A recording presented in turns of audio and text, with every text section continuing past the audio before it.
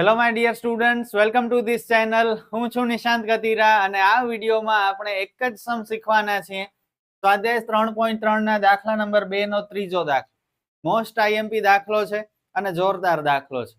100 માંથી માત્ર 2 જ સ્ટુડન્ટ્સ એવા હશે કે જે આ સમ સોલ્વ કરી શકશે અને હું ઈચ્છું છું કે તમે એ 2 સ્ટુડન્ટમાં આવો. બરોબર, ધ્યાન આપજો. હાર્ડ નથી સમ, છે ઈઝી, પણ સમજવું પડશે સારી રીતે અને નોટમાં અત્યારે જ ગણવું પડશે. એકવાર નહીં 2 વાર ગણી લેજો, જેથી કરીને આના 4 માર્ક તમને મળી જ જાય. ઓકે, કારણ કે આ પૂછાશે ને તો 100 માંથી 2 સ્ટુડન્ટ. ઓકે, આપણે એ 2 સ્ટુડન્ટમાં હોવા જોઈએ. અને જે દાખલો આજે ભણવાના છીએ સેમ એના જેવો જ દાખલો ચેલેન્જમાં પણ છે, એટલે સારી એવી પ્રેક્ટિસ પણ કરાવી દઈશ હું તમને. મૂકવાનો નથી હું તમને. હા, છેલ્લે સુધી, એક્ઝામના લાસ્ટ ડે સુધી, ઇવન એક્ઝામની છેલ્લી સેકન્ડ સુધી હું તમારી સાથે રહીશ અને તમને શીખવાડતો રહીશ. બરોબર, ખજાનો છે મારી પાસે જે હું ફ્રીમાં લૂંટાવા તૈયાર છું. તમારે લૂંટવું છે કે નહીં એ તમારે જવાનું છે. હું ઈચ્છું છું કે તમે મને લૂંટી લો. બરોબર, બધું જ લઈ લો મારી પાસેથી અને તમારી જિંદગી બહુ સારી બનાવી. ઓકે, એક ટીચર તરીકે બધા ટીચર્સ એમ જ ઈચ્છતા હોય કે સ્ટુડન્ટ્સ હંમેશા એમની પાસેથી સારું એવું નોલેજ મેળવે અને આગળ વધે. તો ચેલેન્જ બધા જ વિડીયોઝની જેમ આ વિડીયોમાં પણ, અને ઇંગ્લિશ મીડિયમના સ્ટુડન્ટ્સ માટે નિશાંત કતીરા નામની એક નવી ચેનલ સ્ટાર્ટ કરી છે, જેમાં હિન્દીમાં ધોરણ 10 ના બધા જ ચેપ્ટર્સ અપલોડ થાય છે. ઘણા બધા ચેપ્ટર્સ અપલોડ થઈ ગયા છે. તમારા કોઈ ફ્રેન્ડ્સ કે રિલેટિવ્સ ઇંગ્લિશ મીડિયમમાં ભણતા હોય ધોરણ 10માં, તો એમને જરૂર વાત કરજો. લિંક પણ શેર કરજો, ડિસ્ક્રિપ્શનમાં લિંક આપેલી છે, જેથી એ પણ બેસ્ટ કન્ટેન્ટ હિન્દીમાં સ્ટાન્ડર્ડ 10 ના ઇંગ્લિશ મીડિયમના સ્ટુડન્ટ્સને મળી શકે. ઓકે, એટલી હેલ્પ કરજો આપણી આ ચેનલને. અને આપણે સ્ટાર્ટ કરીએ દાખલા નંબર 3. 2 અંકોની સંખ્યાના અંકોનો સરવાળો 9 છે. વળી સંખ્યાના 9 ગણા કરતા મળતી સંખ્યા એ અંકોની અદલા બદલી કરતા મળતી સંખ્યા કરતા 2 ગણી છે. તો તે સંખ્યા શોધો. શું કહેવા માંગે છે ખબર પડે છે? પહેલા તો 2 અંકની એક સંખ્યા છે. કોઈ પણ 2 અંકની એક સંખ્યા બોલો. ધારો કે 25.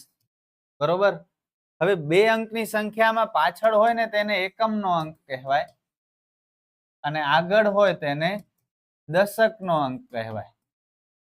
બરોબર, દશકના અંકને હંમેશા 10 વડે ગુણવાનું અને એકમના અંક સાથે સરવાળો કરવાનો. તો દશકના અંકને 10 વડે ગુણીએ તો કેટલા થાય? 20. અને એકમના અંકને 1 વડે ગુણવાનું, 5 એકા 5. બંનેનો સરવાળો કરો એટલે શું થઈ ગયા? 25 થયા. નાના હતા ત્યારે સ્થાન કિંમતના દાખલા ભણતા હતા ને તમે, તો પછી એ જ છે, આ કંઈ નવું નથી. તો 25 આવી રીતે બને. કોઈ પણ 2 અંકની સંખ્યામાં એકમના અંકને 1 વડે ગુણાય, દશકના અંકને 10 વડે ગુણાય, પછી બંનેનો સરવાળો કરી લેવાય તો એ સંખ્યા મળી જાય. સિમ્પલ છે. ઓકે, અહીં પણ એક 2 અંક વાળી સંખ્યા છે, જેનો આપણે એકમનો અંક x ધારીએ, દશકનો અંક y ધારીએ. ઓકે, ધારો કે 2 અંકની એક સંખ્યાનો એકમનો અંક x અને દશકનો અંક y છે. તેથી મૂળ સંખ્યા, હમણાં જ મેં કહ્યું કે દશકના અંકને 10 વડે ગુણવાનું, એકમના અંકને 1 વડે ગુણવાનું અને પછી બંનેનો સરવાળો કરવાનો. તો એકમનો અંક x છે, બરોબર, એને 1 વડે ગુણીએ તો x એકા x થાય.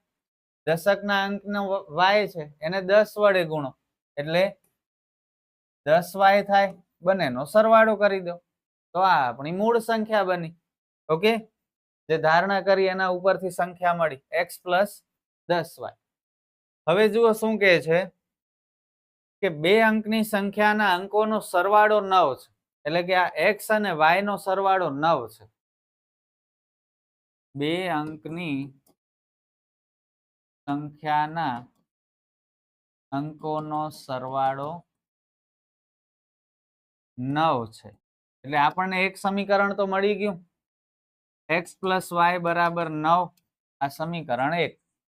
ઓકે, હવે આગળ ઇન્ટરેસ્ટિંગ છે બહુ. વળી સંખ્યાના 9 ગણા કરતા મળતી સંખ્યા એ અંકોની અદલા બદલી કરતા મળતી સંખ્યા કરતા 2 ગણી છે. નહીં સમજાય તમને? સંખ્યાના 9 ગણા કરતા મળતી સંખ્યા એટલે કે આ જે સંખ્યા મળી ને મૂળ સંખ્યા એના 9 ગણા કરવાના છે અને જે આન્સર મળશે એ અંકોની અદલા બદલી કરવાથી મળતી સંખ્યા કરતા 2 ગણા છે. જાજુ ન વિચારો, પેલા અંકોની અદલા બદલી કરી નાખો.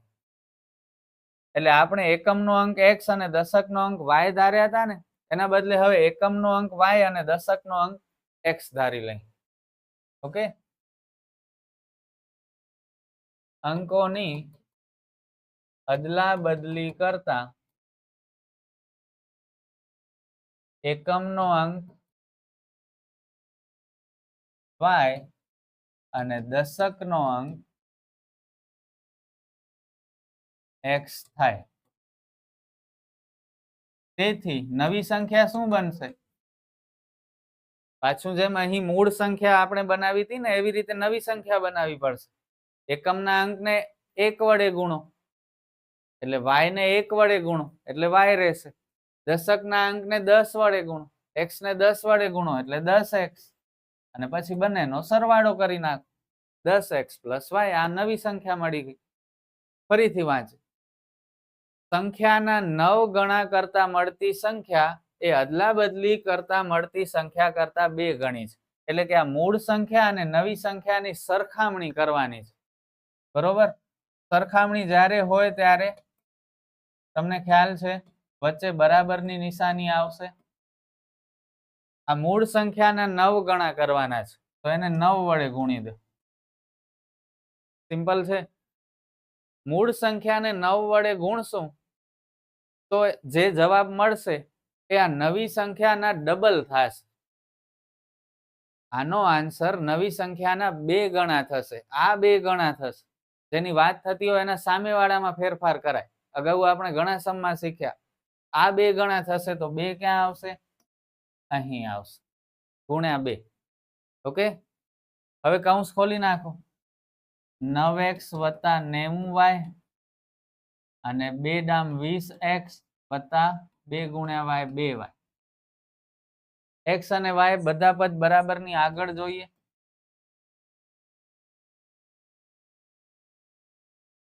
-20x ને આગળ લ્યો એટલે -20x, 2y ને પણ આગળ લ્યો એટલે -2y. અહીં અચળ પદ છે જ નહીં. સારું નથી તો ઓછી ઉપાધિ.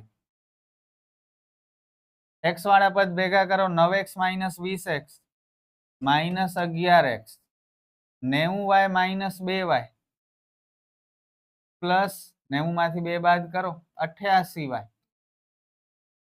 આને આપણે નામ આપશું સમીકરણ 2. બરોબર? તો હવે આપણી પાસે સમીકરણ 1 અને 2 બંને અવેલેબલ છે. હવે સમમાં કંઈ નથી. હવે તમને આવડે છે, લોપ કરતા આવડે છે. બંને સમીકરણને ફરીથી લખી લઈએ. x + y = 9 અને -11x + 88y = 0.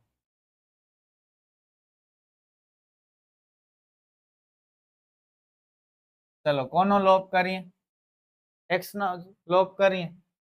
અહીં -11x છે, ઉપર 1x છે તો ઉપર 11 વડે ગુણી નાખીએ પહેલા સમીકરણને. સમીકરણ 1 ને 11 વડે ગુણતા કરો ગુણાકાર. 11x 11y 11 × 9 = 99. બીજા સમીકરણને કંઈ નથી કરવાનું.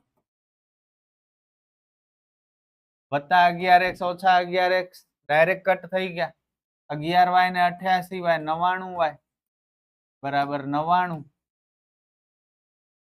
આ 99 જશે છેદમાં. 99 × 99 એટલે y = 1. ઓકે, હવે આપણને જોઈએ x ની કિંમત. તો આ y ની કિંમત સમીકરણ 1 માં મૂકી દો.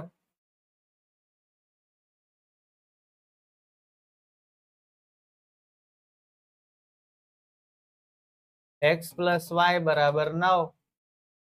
y ની જગ્યાએ 1. 1 ને પાછળ મોકલી દો એટલે x = 8.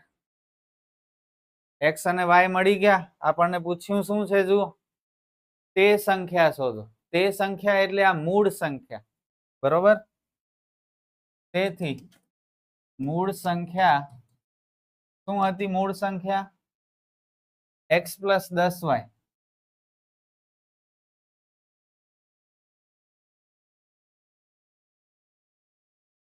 x ની જગ્યાએ 8, y ની જગ્યાએ 1, 10 એકા 10, 8 ને 10 18.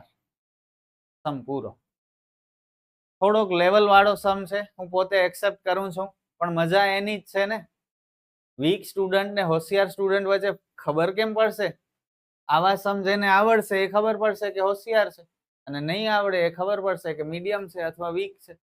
કંઈક તો હોવું જોઈએ ને બંને વચ્ચે અંતર રાખવા માટે. તો બસ આ સમ એવો જ છે.